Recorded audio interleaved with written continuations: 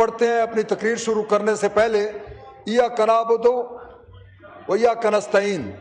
मैं चाहूँगा कि आगे भी पढ़ लें एहदिनस्सरा सिरातुल मुस्तकीम, ताकि अल्लाह ताला इनको हिदायत करे कि सही रास्ते पे गामजन हो जाएं।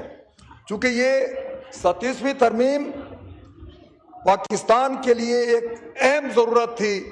जिस तरह मैं हिराज साहब को खराज तहसीन पेश करूँगा कि दूसरे ममालिक की जो उन्होंने मिसालें दी, हम बहुत ताख़ीर कर चुके हैं, और ये जो तरमीम जा रही है इसमें हम आंगी के लिए हमारी पाक फौज, हमारी अदलिया, हमारी पार्लियामेंट की हम आंगी, और इस पर उनका जो आपस में तमाम इदारों को मजबूत करने के लिए जो तरमीम आ रही है, मैं चाहता हूँ कि इस तरमीम के हवाले से हमारे जो अपोजिशन साहबान बैठे हैं, मौजूदा रकीन हैं, उन्होंने हमेशा अपनी हुकूमत में पाक अफवाज के तमाम इदारों को उनकी तज़हीक की साजिशों के ज़रिए उनको कमज़ोर करने के लिए हमेशा इस हुकूमत ने काम किया।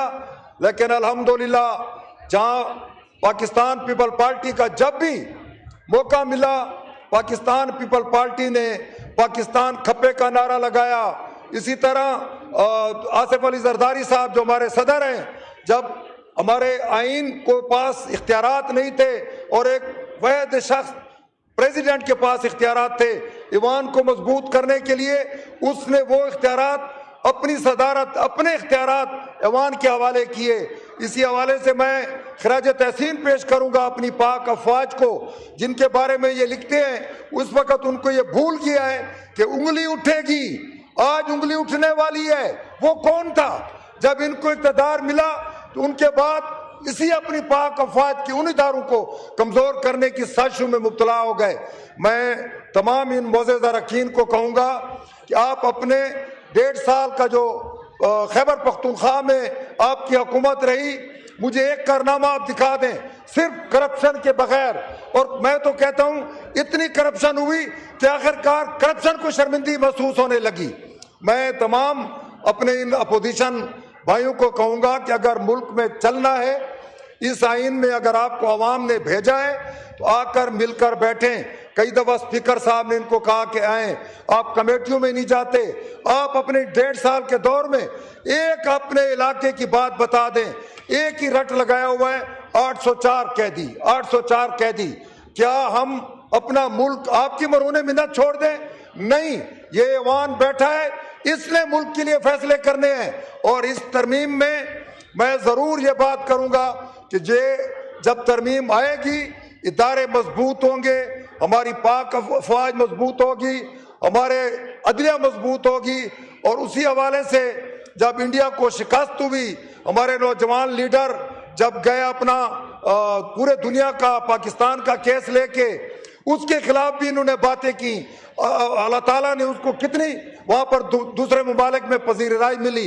ये पीपल पार्टी पर बातें करते हैं।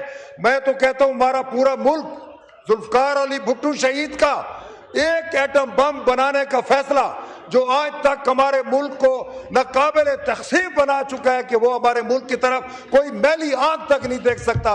मैं कहता हूँ इनको चाहिए कि होश के नाखून लें, हमारे साथ आकर बैठें। जिस तरह हमारे बड़े बुजुर्ग ने कहा है, अचकजई साहब ने, हम हर वक्त तैयार हैं, आप आए हमारे साथ मिलकर बैठें। ये ऐवान आपका ऐवान है, लेकिन ये हमेशा एक ही रट मचाए हुए हैं कि हमारे 804 कैदी को छोड़ें। हमारे सदर पाकिस्तान आसिफ अली जरदारी साहब पर केस बनाए गए, मियाँ शहबाज शरीफ और मियाँ नवाज शरीफ पर केस बनाए गए, उन्होंने अदालतों को रुख किया। लेकिन आप इस इदारे में बैठकर गुल गपाड़ा मचाकर कभी भी नहीं होगा कि वो आप उसको आज़ाद कर सकें। मैं चाहता हूँ कि ये ईवान हमारा एक ऐसा ईमान है, हमारे पूरे मुल्क की नजरें तमाम इन मेंबरान पर पड़ी हुई हैं। हम आए दिन यहाँ पर झगड़े फसाद करके आइन को फाड़ कर उसकी तस्दीक की जाती है। मैं तमाम भाइयों को, खास कर पीटीआई वालों को कहूँगा कि मुल्क जो हमारा इस दौर में गुजर रहा है, आज हमारे मुल्क को अल्लाह ताला ने बड़ी पजीर राय दी है। हमारी पाक अफवाज की वजह से, फील्ड मार्शल की वजह से आज हमारे मुल्क के जो मुआहदे हो रहे हैं इंटरनेशनली, और हमारे अंदरूनी जो हालात हैं सिर्फ आपकी जमात खराब कर रही है। मैं आपको कह देना चाहता हूं कि खुदा रहा अपने मुल्क को अगर बचाना है तो आप इस असेंबली में आइन की बात करें, अपने इलाके की बात करें, लेकिन आप लोगों को पता नहीं कब अल्लाह ताला सिरात मुस्तकीम पर लाएगा। मैं आखिर में एक बार फिर इस आईनी तरमीम के हवाले से तमाम अपने इलाही जमातों का भी मशकूर हूं जो इस पर बैठकर मुतफिका फैसला, अगर आज आप उस तरमीम की जो कमेटी में थे, अगर आप जाते, आप अपने नुकात बताते तो शायद आपकी उन बातों को मान भी लिया जाता, लेकिन आपने हमेशा सिर्फ बैकाट करने का सोचा हुआ है। तो मैं आखिर में ये दुआ करूंगा कि अल्लाह ताला आप लोगों को सिरात मुस्तकीम पे ले आए। Thank you very much sir. शुक्रिया।